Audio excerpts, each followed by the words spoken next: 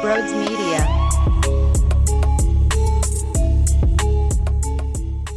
All right. The Phillies win 5-3. If you are new to the channel, before we dive into all the discussions, if you are new to the channel and you want to see me lose my mind about Philadelphia sports teams, then hit that subscribe button, road to 20,000 subs. Hit that like button too. And over on Twitter, at Brodes81, make sure you hit the follow button there.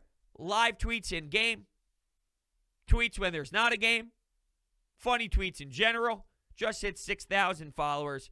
Head on over to Twitter too. It's always a great time. And with that, enjoy the show. What is going on, everyone? Welcome on into Sports Talk with Brodes. The Phillies won. What is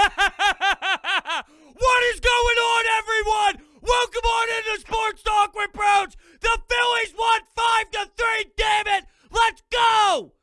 They won the series, and now with Zach Wheeler on the mound Sunday afternoon, they could actually sweep the New York Mets, who look like they are dead, who look like they have no life, who cannot catch up to the fastball whatsoever, and they are completely overpowered. It's honestly hysterical to watch.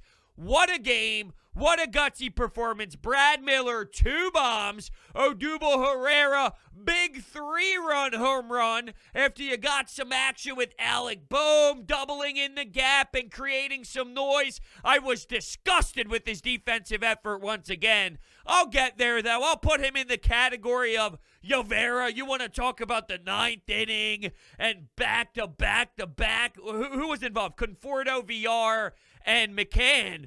I'll put Alec Bohm's defense in the corner that's eventually going to go in the trash with Yovera and the decision of bringing him into a 5-0 ball game with your ace going tomorrow. But ultimately, look, this team won a tilt throwing Ranger Suarez, and he can only give you 2 2/3 with his 61 pitches. He struck out 4. He walked 3. It was a very tight strike zone behind the dish. You can make the argument that some of those calls were very questionable. Maybe they could have been rung out instead of walked, or, whatever. I mean, here's Ranger Suarez walking off the bump as if he's ready to go back to the dugout, and it's a walk, and it's a close pitch. Regardless, though, you would have thought that he would be able to extend those 60 pitches a little bit more. I was hoping 4 innings. He threw 33 in 3 innings the other day. I was hoping somewhere in between that 4 and 5 range. So when that wasn't accomplished and you recognize you got to go to J.D. Hammer first out of the gate, and then he was stellar, and then you look at Neris, who went 2 innings, and he was stellar, and then you go to Alvarado, who went 1 inning, and he was stellar, and then you go to Ian Kennedy, who started out ugly and it started out bad, but then ultimately he was stellar towards the end with some amazing emotion, and that's where this team is right now. They are fired up. This fan base is feeding off of that energy. We are now buzzing and walking around the streets as if we have no idea how to operate as a society. It's truly incredible, and I'm here for it, and I can't wait to see the Phillies go for that sweep tomorrow. I really can't. One thing I love about this baseball team, you don't have, and wow, I can't believe I'm saying that right now as we sit here on August 7th. I just said, and one thing I love about this baseball team, and something I love about this baseball team, I just said that about this baseball team, the same baseball team that drove me nuts and made me want to rip out my eyeballs out of its sockets for 100 games, and for the last 3 seasons, this same baseball team. What world am I living on? I'm going nuts! One thing I love about this baseball team, though, is, getting back to my point, no Didi, no Rhys Hoskins, who are not available to pinch hit, so it shows the significance of the injuries, and I questioned Rhys Hoskins specifically about, is it the groin that they're just playing safety and they're making sure they do all the precautionary measures, or is there some serious legitimacy to it? And it seems to be falling in that category if they are not willing to pinch hit him. Without those 2 players and without Andrew McCutchen, somebody's always stepping up. My question tonight when I was hosting on The Fanatic, outside of Bryce Harper, because everyone's pretty damn clear here on Bryce Harper's dominance, and I have a bunch of statistics I want to throw your way about how great he's really been and about how lethal of a second half he is really forcing on us right now. Outside of Harper, who impresses you the most? And my answer was Ronald Torreyes, but then I applied it more to the bench, okay? Because Ronald Torreyes has stepped into this role of being a dog.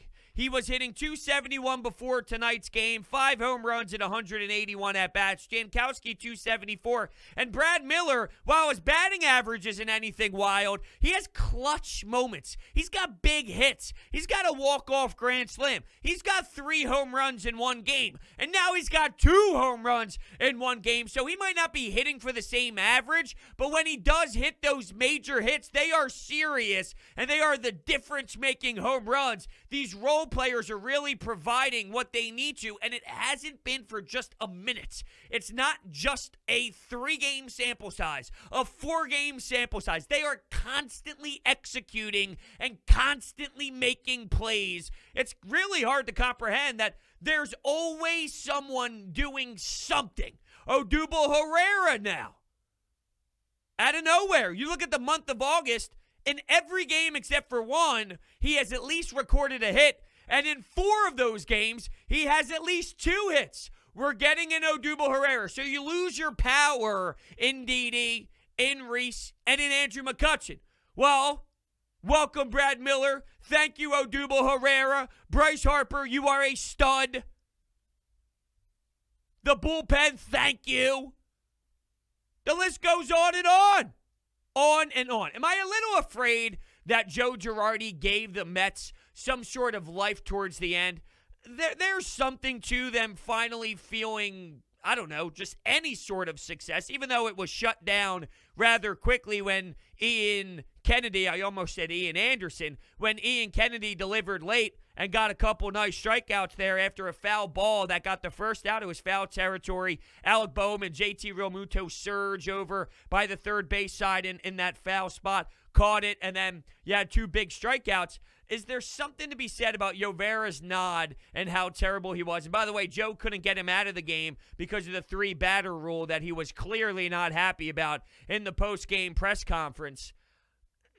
I don't think it'll matter because Zach Wheeler's out there. If you had to throw Matt Moore, Vince Velasquez, and by the way, Chase Anderson had to go to the IL because of some triceps, and Nick Maton was caught up. So the next trip around the rotation when Chase Anderson's spot was going to be available, now you have a decision to make, and I can make the argument that Matt Moore has somewhat been efficient in the very limited action he's had out of the bullpen. So by default, it seems maybe Vince Velasquez gets the call, or they like what they saw so much about Matt Moore that they're going to let him start and see if the journeyman, the lefty journeyman, can go and be enough, and maybe the offense can hold its ground. And just on that night, even though they're doing it way more than just one night, and you can heavily rely on it because they have been successful.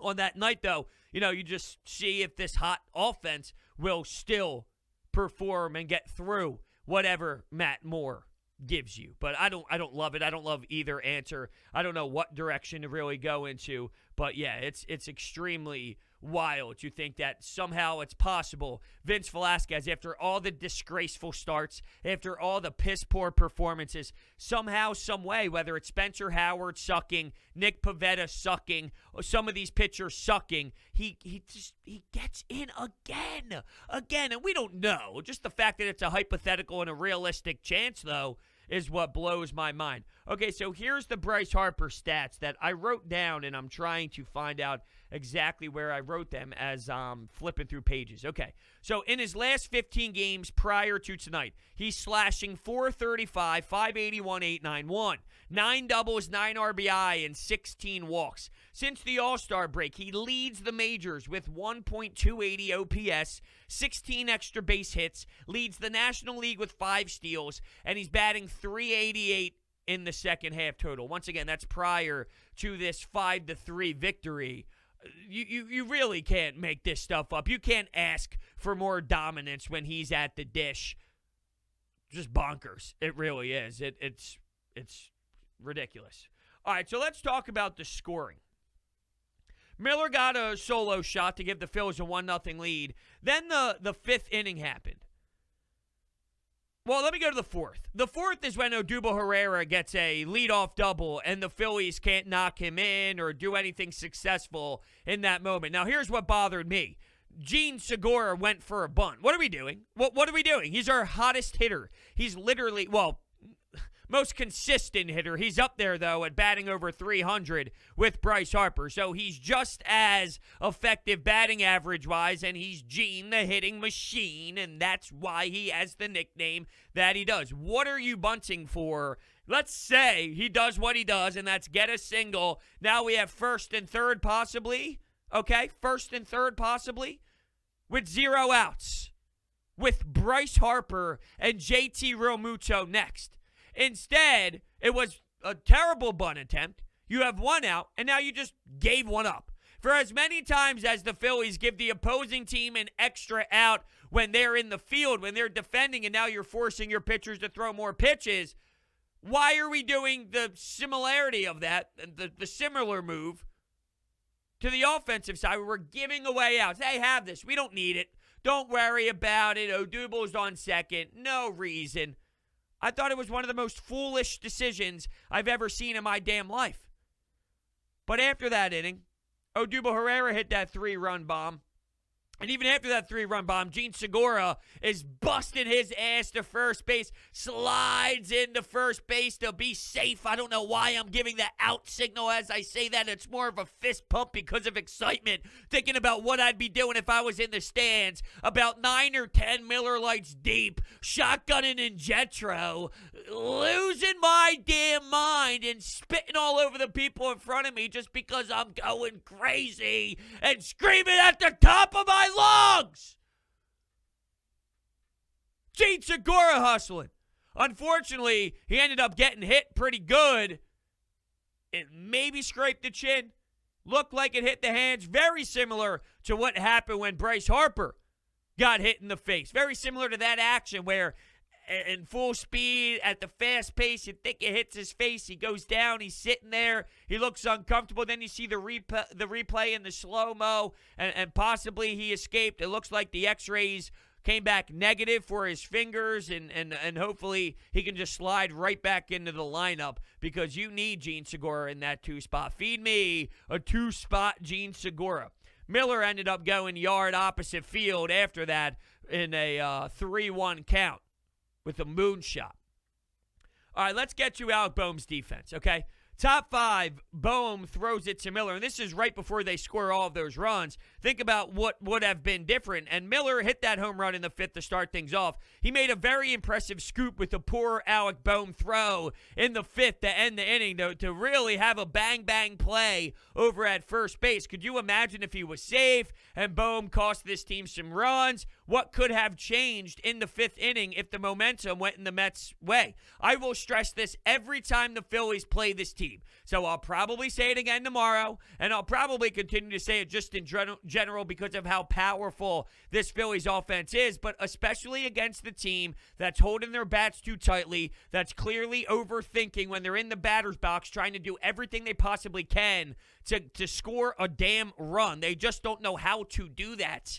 Score first. Get on the board early. Make them play from behind because they are going to be in a lot of discomfort. It's not easy mentally to escape that.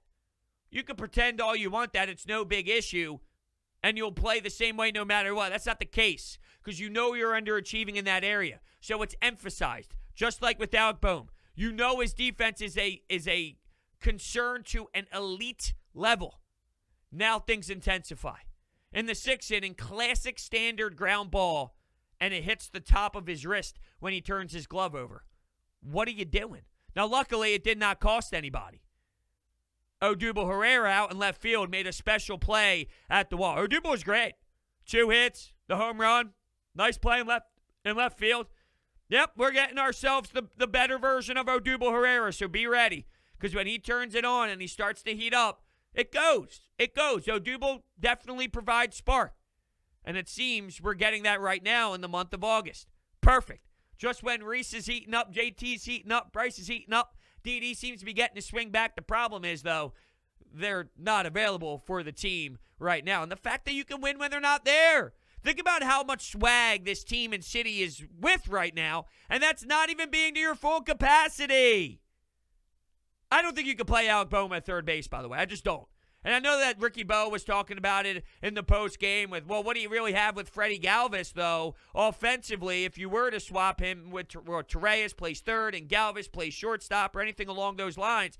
I just told you that Ronald Torreyes is hitting 271. He's hitting better than Alec Bohm, who's basically hitting 250. Freddie Galvis is also hitting 250 and has more home runs than Alec Bohm does. And by the way, his WAR is at 1, while Alec Bohm's is in the negatives. So let's go. Let's look at this objectively here. Freddie Galvis and Ronald Torreyes might be your better options for right now. And I'm saying that only because Didi Gregorius is injured. His power is important, and you can utilize that if it's what it's been as of late. He can't be giving you the 200 Didi Gregorius. He needs to be giving you that power that Juan Soto robbed at the wall in Nationals Park when they just came off of that 4-game set against the Nationals.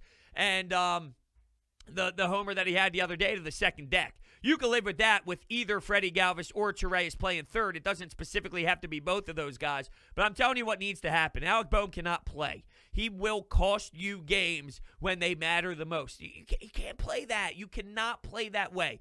Look, no one's perfect. Every player has their own flaws. And the way that I tie this is with basketball. When you think about the 76ers and sharpshooters like J.J. Redick, right? They're issues because they can't defend. They can't. They're just bad in that area, but they can score. Their efficiency offensively makes up for their problems defensively, which allows them to stay out there on the court. Now, they might get exposed in the playoffs when going up against Kevin Durant that gets switches on them, but there's only so much you can do. Players in the NBA can survive because their strengths outweigh their negatives. No player is perfect. With the way Alec Bohm plays right now, you basically need him to hit 550 for it to be weighed out the way that it needs to. There's no way. There's no way that this can continue to happen.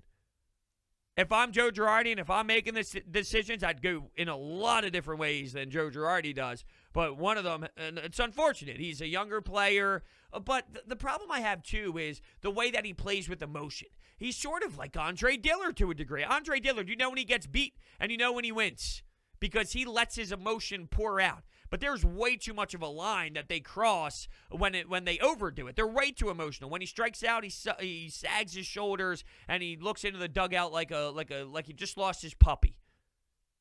But when there's a big homer and he's on deck, he's letting it fly. He's just way too damn emotional, and I don't like the body language. And he's 25, which is only his second year in the league. And remember, last year was a shortened season, so it's not even as if it's his true second season in the league. He's basically at 1 year in his MLB career, and that's definitely raw as a player. But he's also not 20 either. 25, I would imagine you'd be able to handle the emotions a bit more, and he just seems lost in those regards. And it's something that has to happen as you mature as a ball player. I also, we talked about this specifically on The Fanatic too, about Alec Bohm, and my producer, Nat Marlowe, brought up that he can't even ground, or he can't even receive a ground ball. Like, he doesn't even know how to properly field a ground ball. Receive. I was looking for the word field. It wasn't registering in my brain.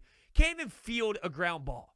And that's my biggest fear. You want to move him to left field because Pat Burrell could play left field, and if he could do it, anyone can?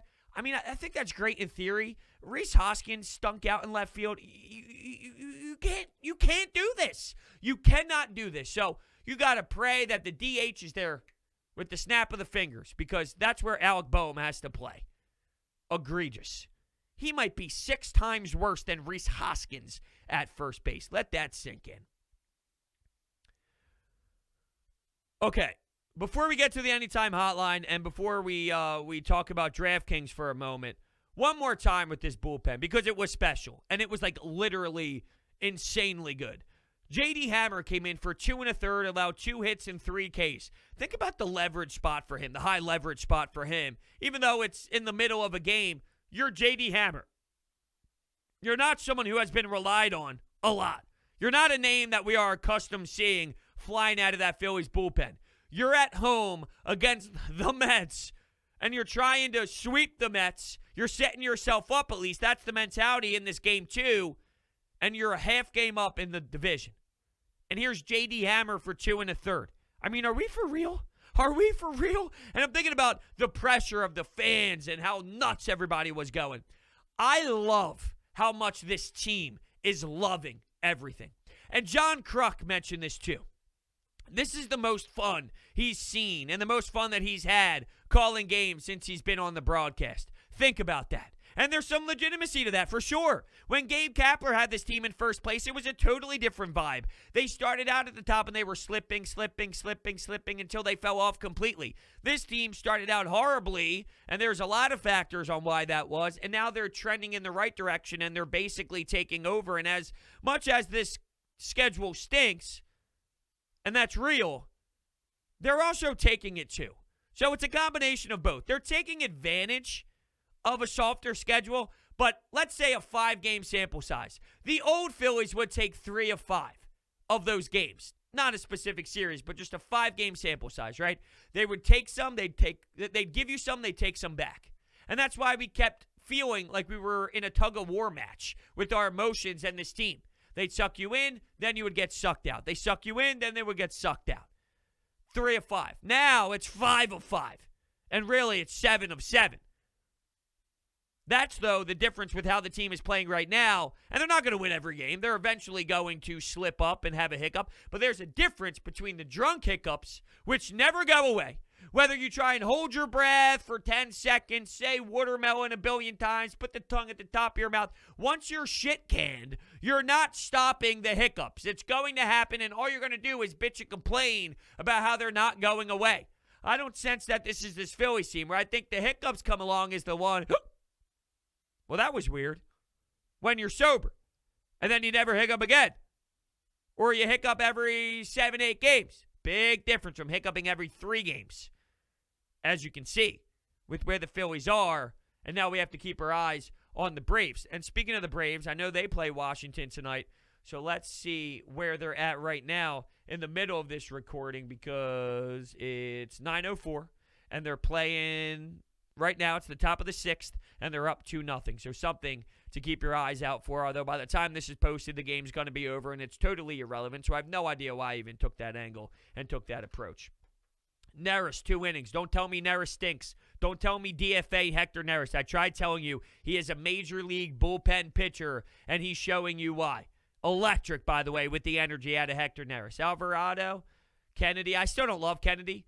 Quite frankly, my personal opinion, I would throw Archie Bradley into the closer spot. Never really had that full chance early on. He got injured. He was nicked up, and he wasn't to his full capability. Now, I think you're sensing a real Archie Bradley in there. Let's try and close him and have Ian Kennedy be more of an 8th inning guy maybe. I don't love it. I just don't. But they're going to try and justify the move, so that's going to absolutely be what happens, is they're going to keep forcing him out there. And it's very up and down with him. It's very, I don't know. This isn't smooth enough. I try Archie Bradley. Something, once again, to keep your eye out on. And I feel like I've said that a lot today, but, when you think about where they are, there's a lot of decisions now on Joe Girardi's plate that are going to be magnified even more than they already were, because now this team is in a spot where it's theirs to lose. Go get it. It's in your grasp. You cannot fall flat on your face. So who's going to close? Who's going to be the 8th inning guy? What's going to happen when Freddie Galvis comes back? Is he going to play over Alec Bohm? Or is that third base position in general going to be taken from him? Didi, the injuries, McCutchen, Reese. What do you do? It's not easy. Guys are stepping up, though, and it makes it a lot easier when that's the case. All right, let's hear a word from my friends over at DraftKings. DraftKings Sportsbook is not only my favorite sportsbook, but also America's top-rated sportsbook. Speaking of America, our top athletes are over in Tokyo competing for the gold, and DraftKings has a medal-worthy offer just for my listeners. Listen to this great offer. Download the top-rated DraftKings Sportsbook app now and use promo code Brodes when you sign up to turn $1 into $100 in free credits if America wins a medal. That's code BRODES to turn $1 into $100 in free credits for a limited time only at DraftKings Sportsbook. Must be 21 or older, New Jersey, Indiana, or Pennsylvania only. New customers only. Restrictions apply. See DraftKings.com/sportsbook for details. Gambling problem? Call 1-800-GAMBLER. All right, let's head right on over and hear from the people. Here we go. Anytime Hotline, your thoughts on the game. Hey, Brodes, great win. Brad Miller with another multi-home run game. He's been just a really nice player off the bench for us. He's been pretty nice starting off wise too. Bohm has just been really disappointing. Hopefully it's just a sophomore slump. I'm not sure if that defense is going to be brought around though, even in future years. I hope so. But right now, Torres is actually a better option than him. Also, I'm not sure what Joe Girardi's doing. It might be something from higher up in the organization, but Mauricio Llovera, and I know it's a 5-run game, but it's not like you're blowing him out. You got to go with Ian Kennedy, Archie Bradley, somebody else besides Mauricio Llovera in that situation.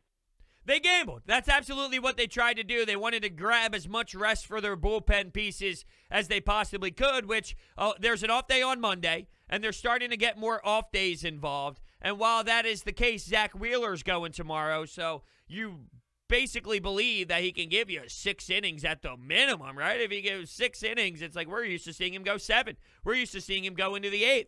So knowing that he's going to put you in a scenario where you might not even have to heavily utilize it, it was a gamble, and it absolutely smacked him in the ass. I don't even know if that made sense. I don't even know if that's a metaphor.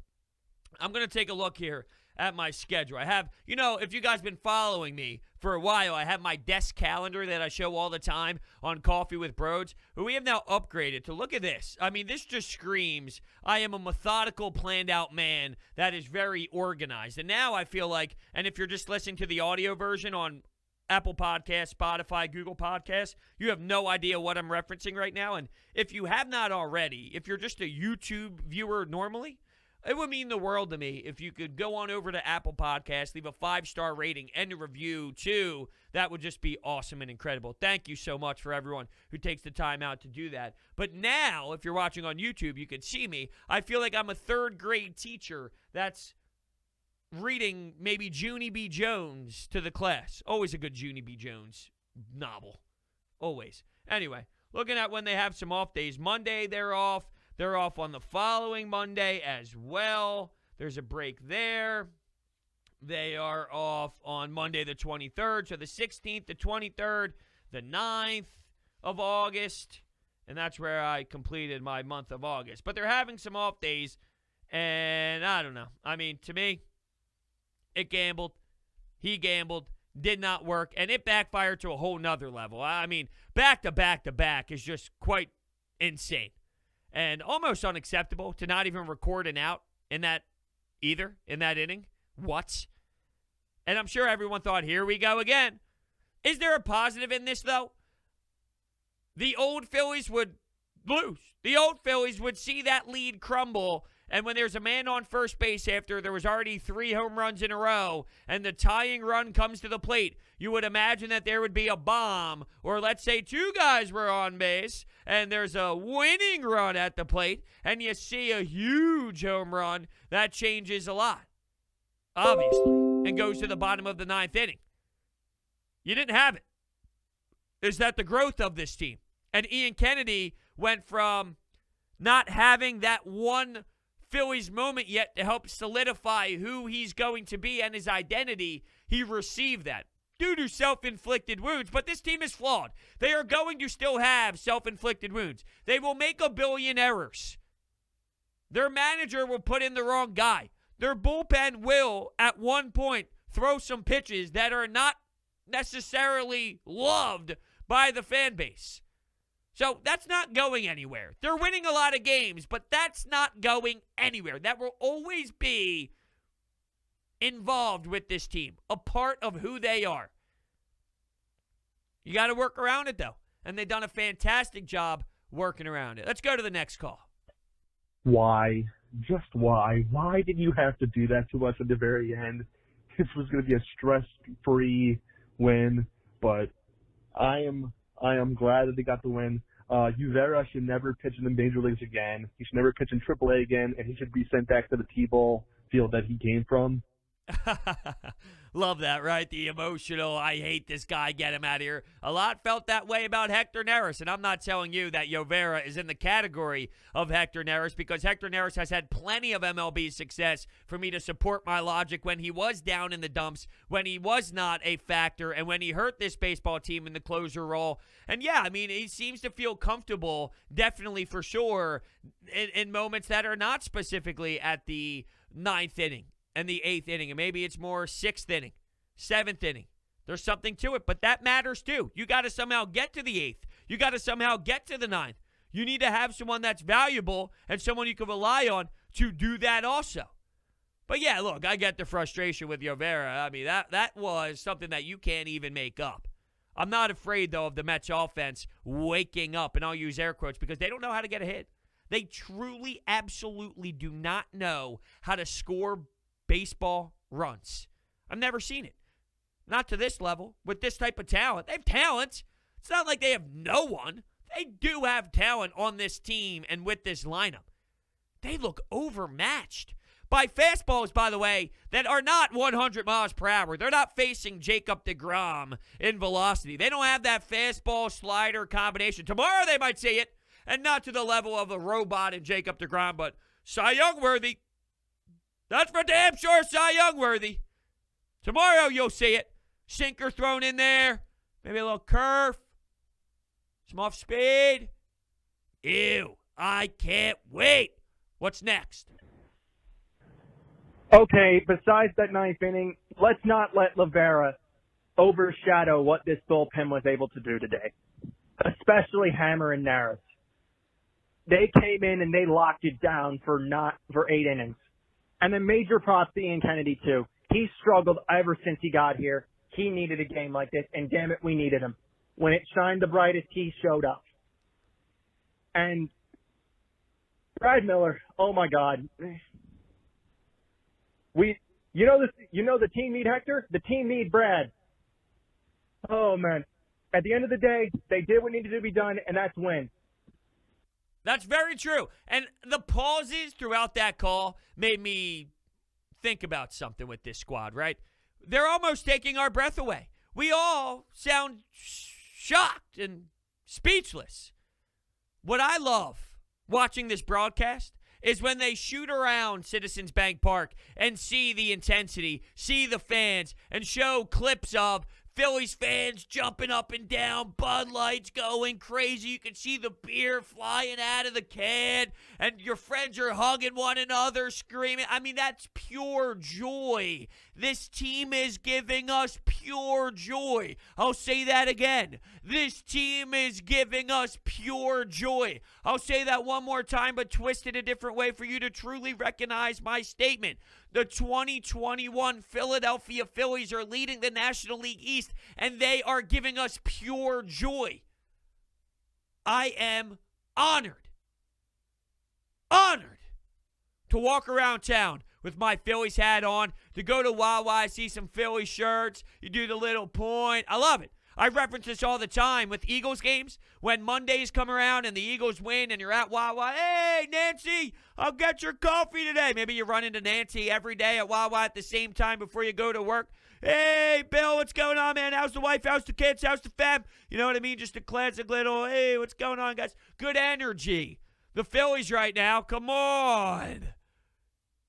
You look over and you're at Wawa, someone's got the paper. He's got a Philly shirt on.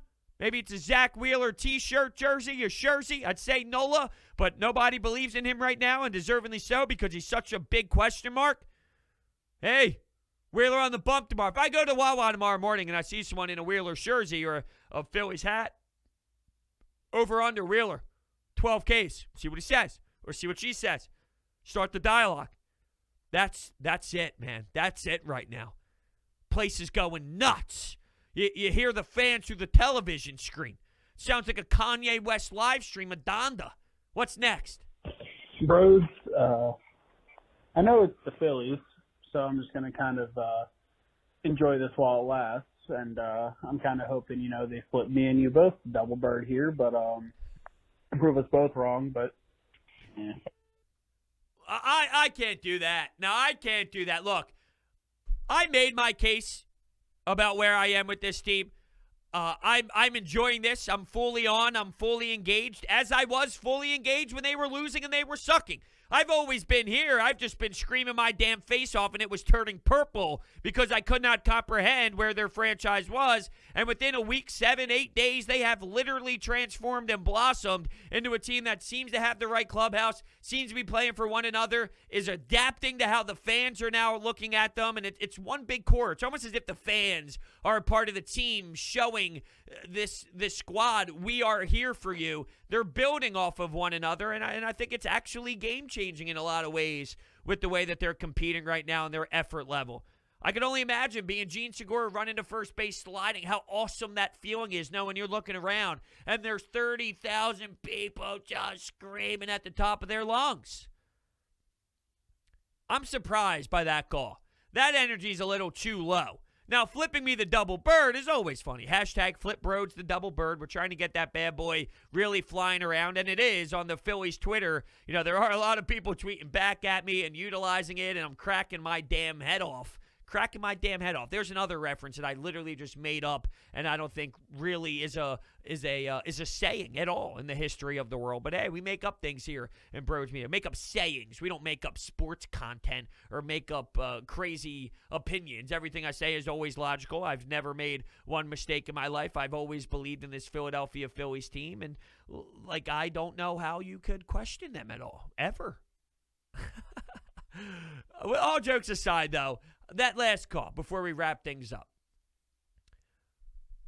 it would be foolish to sit here and say they're going to stink. Just wait for them to blow up. They might. I mean, their track record tells you that they have the tendency to do that with this core. With that said, we've all studied this team over the last handful of years.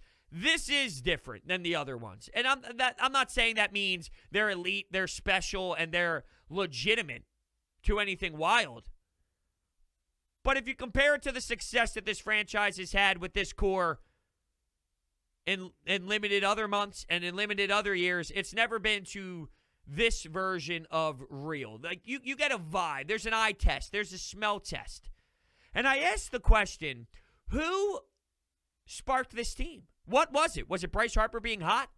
Was it Kyle Gibson being acquired at the deadline? And Dave Dombrowski making a respected splash that made them better in Galvis, Kennedy, and Gibson? I don't know. They responded with a 7-0 loss to the Pittsburgh Pirates, so I can make the argument, no. Did they smell blood, though? Did they smell the Mets suffering and being in pain and can't contribute the way they need to? I think that's what it was. Smelling the blood of the Mets. And I thought about that because of this team and the smell test, the eye test. And I wanted to relate that. But this team passes the smell test of, this isn't just random, okay, they're just hot. There's been a shift here in approach. And they're winning a lot of baseball games because of it. And with that, we'll shut it down. I want to thank everyone so much for hanging out, and I will see you next time.